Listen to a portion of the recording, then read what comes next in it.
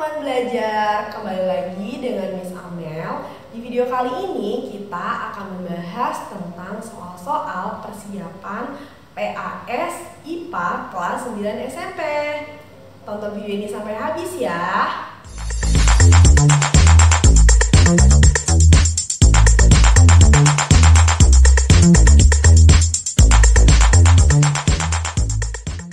Oke, soal yang pertama di sini ada alat reproduksi wanita. Pertanyaannya adalah bagian yang ditunjuk oleh nomor 3 berfungsi untuk. Oke, di sini ada nomor 1, 2, 3, 4, dan 5. Nah, sekarang kita analisis nih, ada bagian apa saja dan fungsinya bagaimana. Oke, untuk yang pertama, ini namanya tuba falopi. Nah, tuba falopi itu fungsinya yang pertama sebagai tempat berjalannya sel telur dari ovarium menuju rahim. Yang kedua sebagai tempat pertemuan sel telur dengan sperma saat proses pembuahan. Nah, lanjut. Yang kedua, di sini ada uterus atau rahim. Nah, fungsi uterus itu memberi makan dan menampung sel telur yang telah dibuahi sampai menjadi janin atau sampai siap untuk dilahirkan. Yang ketiga, ada ovarium. Nah, ini yang ditanya tadi ya, nomor 3. Jadi, ovarium itu fungsinya sebagai tempat pembentukan ovum atau sel telur dan juga menghasilkan hormon estrogen dan progesteron. Oke, jadi ovarium itu fungsinya pembentukan sel telur atau menghasilkan sel telur. Jadi, jawabannya yang A. Nah, nomor 4, apa ya? Nah, nomor 4 ini ada ligamen ovarium. Ligamen ovarium itu maksudnya sebagai penghubung dan tempat bergantungnya ovarium ke rahim. Terus yang terakhir, nomor 5 di sini ada serviks. Serviks itu fungsinya sebagai jalur lewatnya sperma dan bayi saat proses persalinan, juga tempat keluarnya darah menstruasi. Oke, jadi tadi jawaban yang tepatnya itu adalah A. Ovarium fungsinya menghasilkan ovum atau sel telur. Selanjutnya nomor 2, perhatikan gambar berikut. Perkembangbiakan tumbuhan tersebut akan menghasilkan individu atau keturunan yang bersifat. Oke, nah di gambar ini ada proses mencangkok ya. Mencangkok tanaman. Nah, mencangkok itu termasuk perkembangbiakan secara vegetatif buatan. Nah, apa sih ciri perkembangbiakan secara vegetatif? Nah, ini cirinya. Yang pertama berasal dari bagian tubuh induknya. Yang kedua mempunyai sifat yang sama dengan induk tumbuhan itu. Karena kalau perkembangbiakan vegetatif itu hanya melibatkan satu induk, jadi sifatnya itu pasti sama dengan induknya. Yang ketiga dilakukan baik oleh tumbuhan itu sendiri, ada vegetatif alami, maupun dengan bantuan dari manusia atau vegetatif buatan. Nah, yang keempat hanya membutuhkan satu induk, karena vegetatif itu tanpa melalui proses perkawinan. Oke, berarti jawaban yang tepat adalah, nah ini, jawabannya adalah C. Sama dengan sifat induknya. Karena kan tadi mencangkok ini termasuk perkembangbiakan secara vegetatif dan salah satu ciri dari vegetatif adalah berasal dari bagian tubuh induknya dan mempunyai sifat yang sama. Jadi jawabannya yang C. Oke, soal selanjutnya.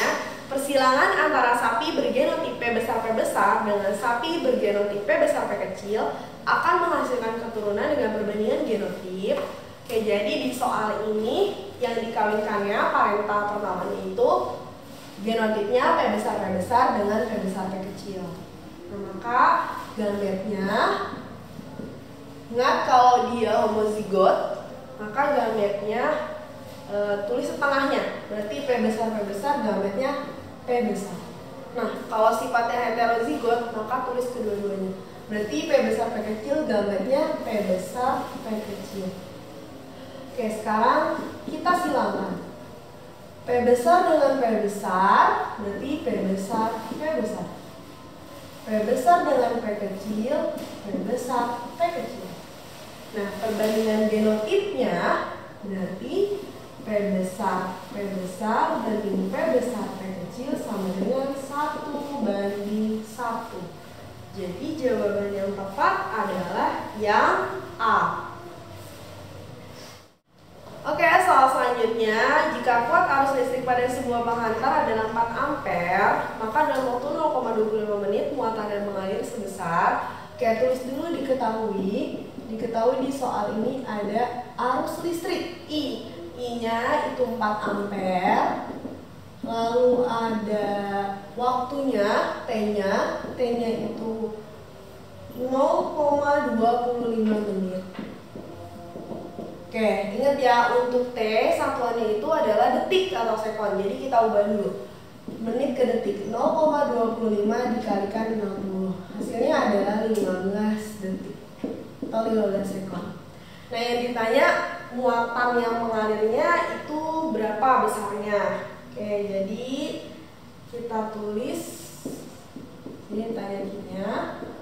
Maka ingat, rumus Q adalah arus dikalikan dengan waktu. Arusnya 4 dikalikan 15, maka hasilnya adalah 60 kolom. Oke, jadi jawabannya adalah yang D. Soal selanjutnya, dua muatan terpisah pada jarak R akan menimbulkan gaya interaksi sebesar F. Jika jarak diubah menjadi setengah kali semula, gaya interaksinya menjadi, oke, jadi di sini ada dua keadaan ya. Nah, kita tulis dulu diketahui. Tadi dengan jarak R, berarti R1-nya itu R, akan menghasilkan gaya tarik-menarik sebesar F. Oke, berarti R1-nya F. Gaya interaksinya sebesar F. Nah, kalau misalkan jaraknya diubah jadi setengah kali semula, berarti R2-nya itu setengah R, maka gaya yang dihasilkannya jadi berapa? F2-nya. Nah, untuk menjawab soal ini, maka kita bisa membuat perbandingan antara F dan juga R. Gaya dengan kuadrat jarak. Oke, berdasarkan hukum Coulomb, yang rumusnya F sama dengan Q1 Q2 per R kuadrat, hubungan antara F dengan kuadrat R itu berbanding terbalik. Jadi persamaannya bisa ditulis F1 per F2 sama dengan R2 kuadrat per R1 kuadrat. Karena berbanding terbalik ya, jadi kalau di sini 1, di sini 2. Oke, F1-nya tadi udah diketahui itu F. F2-nya yang ditanya, R2 kuadratnya setengah R, jangan lupa dipangkat, terus R1 kuadrat, R1-nya R kuadrat. Oke, maka di sini lanjutannya ya, F per F2 sama dengan setengah R pangkat 2. Setengah dipangkatin jadi 1/4 R kuadrat, terus per R kuadrat. Nah, ini R kuadratnya habis, maka kita kali silang F dikali 1F, F2 kali 1/4 F2. Nah, yang ditanya F2-nya ya, maka F2-nya sama dengan 4F. Jadi jawaban yang tepat adalah yang D. Nah, itu tadi beberapa pembahasan soal persiapan PAS IPA kelas 9. Semoga soal-soal tadi membantu kalian dalam mempersiapkan untuk menghadapi PAS di semester ini ya. Jangan lupa di like, comment, and subscribe. Sampai jumpa di video berikutnya. Bye!